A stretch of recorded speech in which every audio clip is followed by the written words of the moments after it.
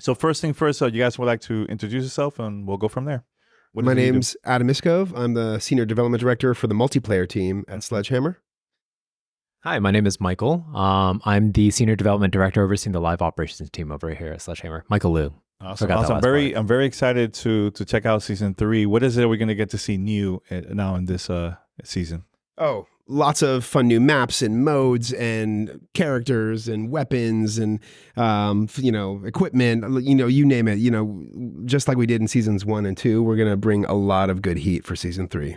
And mid-season and halfway through. We call it 3.5, but you know how we always refresh throughout the season too. Mm-hmm. Well, one of the things that I like about the past seasons now too is that you guys been experimenting with like new game modes and everything. Are we going to get to see stuff like that on this one too? Most definitely. There have been a few that have been in playtesting at the studio recently that are big hits. We're really excited to get players hands on with them. If you want, I can go into detail about them, or we can, So there's one called Escort that's really fun, where basically you're escorting a Wheelson, basically attacker and defender gameplay. And right now we're just putting the finishing touches on the design in terms of like making it as competitive as possible. But it's just it's something that we're really excited about. I'm just going to jump right into it. Godzilla, Kong. They're in the game, those character skins. So talk about that collaboration to bring them to life. We're really excited with this one because this is actually our second activation directly with Legendary. We did a series during Vanguard as well.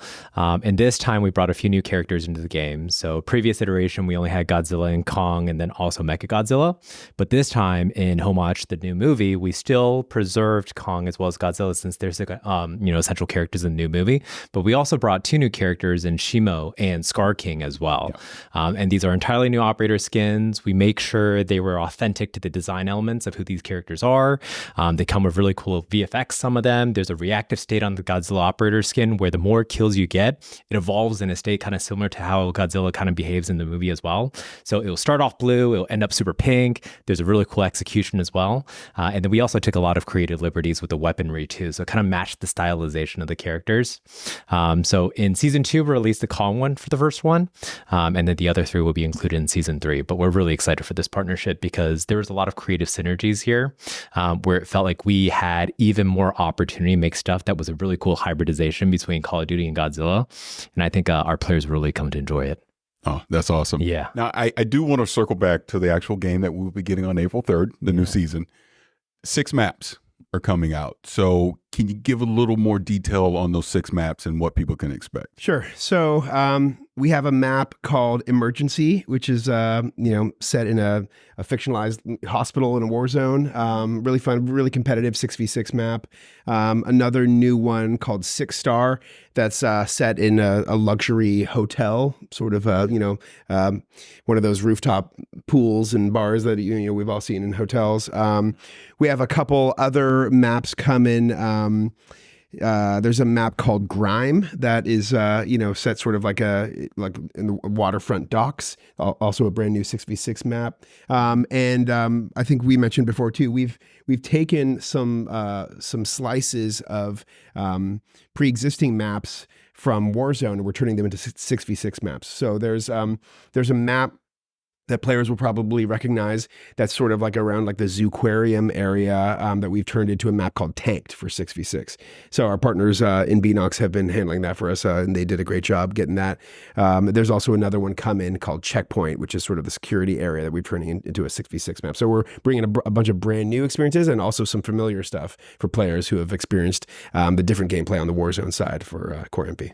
Nice. You guys also worked on the boys, right? Was that something? How was that working on that project too for you guys? Well, it was really fun. Kind of similar to Godzilla. That was also our second activation of the boys. We did the first one, Modern Warfare 2, last year. Mm-hmm. And then this time we were able to bring A-Train into the game. And then we also got to bring Firecracker, who's a brand new character in their new season, into the game as well. Mm-hmm. One of the fun things with the boys especially is we got to play around with limited time modes where you could actually absorb like the superhero powers and see how that looks like in the game. Mm-hmm. So that was a really interesting experience for many of our players because they got to go into MP, they got to find superpowers, I got to blast other people. So overall, it was generally a really good experience, and definitely one of the things that we like to do with our licensed IP integrations is we want to find, of course, how do we bring this world into Call of Duty, but also how do we add a twist where like you can understand this is a certain IP through the lens of Call of Duty, and it kind of allows you to play Call of Duty in a slightly different way as well, which is always which has felt very fulfilling for our player base. Yeah, I know when you guys start like working on like the maps, right, in multiplayer. After the game's releases, have you guys been surprised of all these stuff like the gamers been discovering in the game while playing the multiplayer? Yeah, maps? I mean, we're very close to our community, and we love to hear how people get excited for maps that we've released, like Meat came out season 1 or Stash House season 2. So we're giving the players a variety of experiences. Like some that really like those smaller maps. We're also doing bigger maps like Vista came out, and we're also really working closely with CDL and the esports community to make sure that the maps that we are designing with a competitive aspect in mind get put into the rotation for esports. So we'll see them at some of the majors still left to do in this year's season. We'll see some of the new maps that came out post-launch hopefully rotate into CDL, which is really cool. Awesome. That's awesome. So one thing, and we've all been playing Call of Duty forever at this point, but thinking about the multiplayer, I'm thinking about this season specifically. Are there any updates or improvements to progression when I think about the social experience that you can have in the game versus the ranked? Is there anything new, rewarding that you can expect in the game?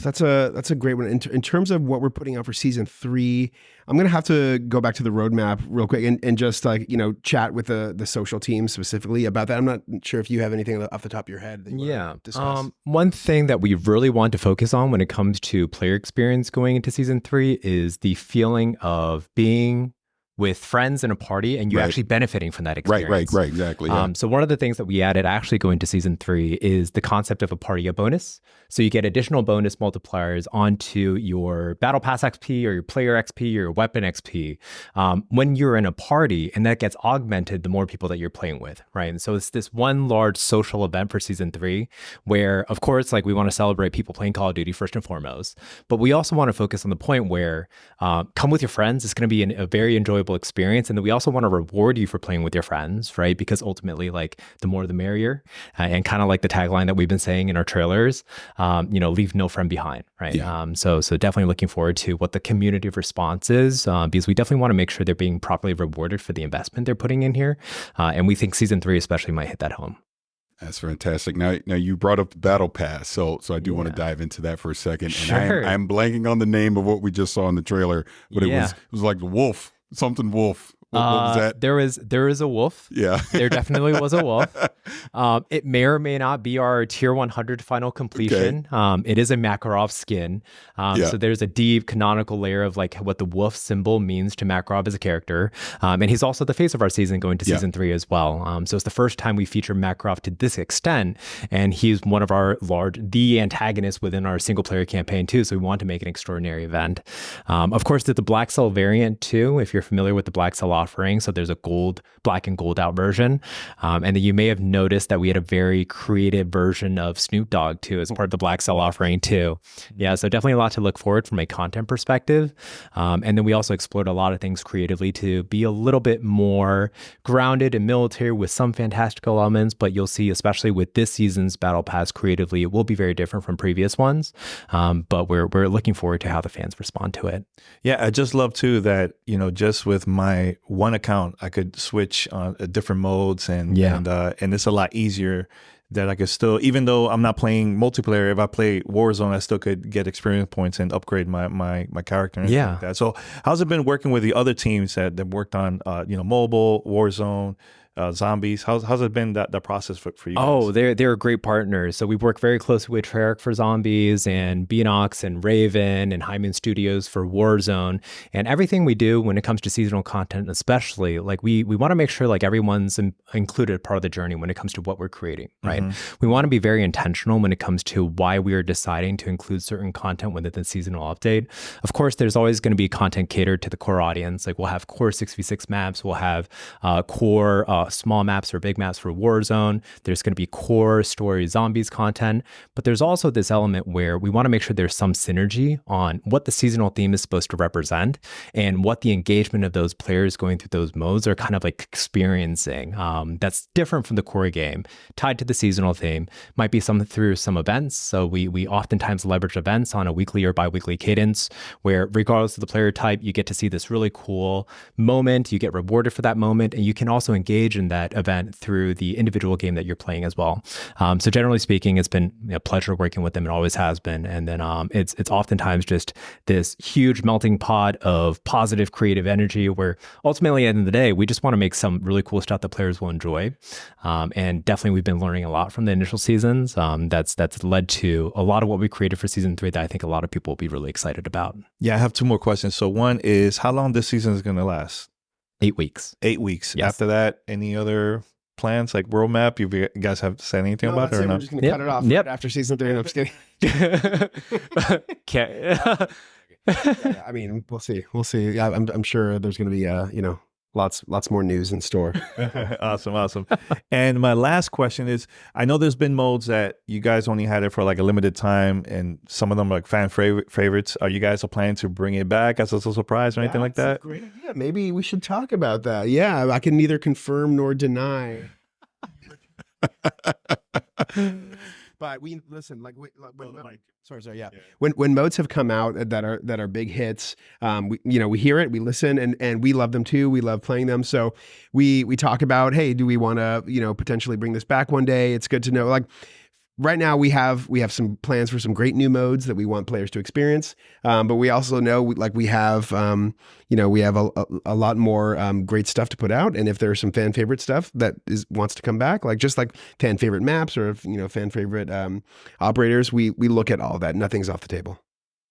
That actually just leads me into my final question. This might wrap it up. I hope this doesn't take too long to answer. But community feedback, going from season to season, as you do, with listening to what the community's liking, because you kind of touched on that. But I'm thinking even taking it to a deeper level as far as weapon balancing, map choices as you go into a new modes, equipment, things like that. I mean, how important is that going from season to season community feedback? Oh, it's absolutely fundamental to what we do every day. We listen to, everything from hardcore players on Twitter and Reddit to, like I said, the CDL community, to people that really play our game every day. And we want to make sure they're having fun. And if there's something that a lot of people are starting to complain about or worry about, and if weapon balancing, for example, we're absolutely looking at that with the weapons design team. And we are just, doing some internal discussion around, what we want to do and when we can push it out to the live environment and make sure it's all done properly and tested. So we're not just, pushing stuff out willy-nilly, but it's like, okay, here's the right balance. Here's the new patch. We can get it out, live on this date. And then we message that out to the communities to let people know. And I think our community relations team has done a great job this year being as specific as possible to weapon by weapon individual balance values in terms of recoil and all the stuff that players care about is right there in the patch notes. So we're very interested in keeping that relationship healthy and strong and transparent, just keep the feedback coming is what I would say. Yeah, and I would just say to follow up on that, because that's kind of my thing. Look, I'm not good.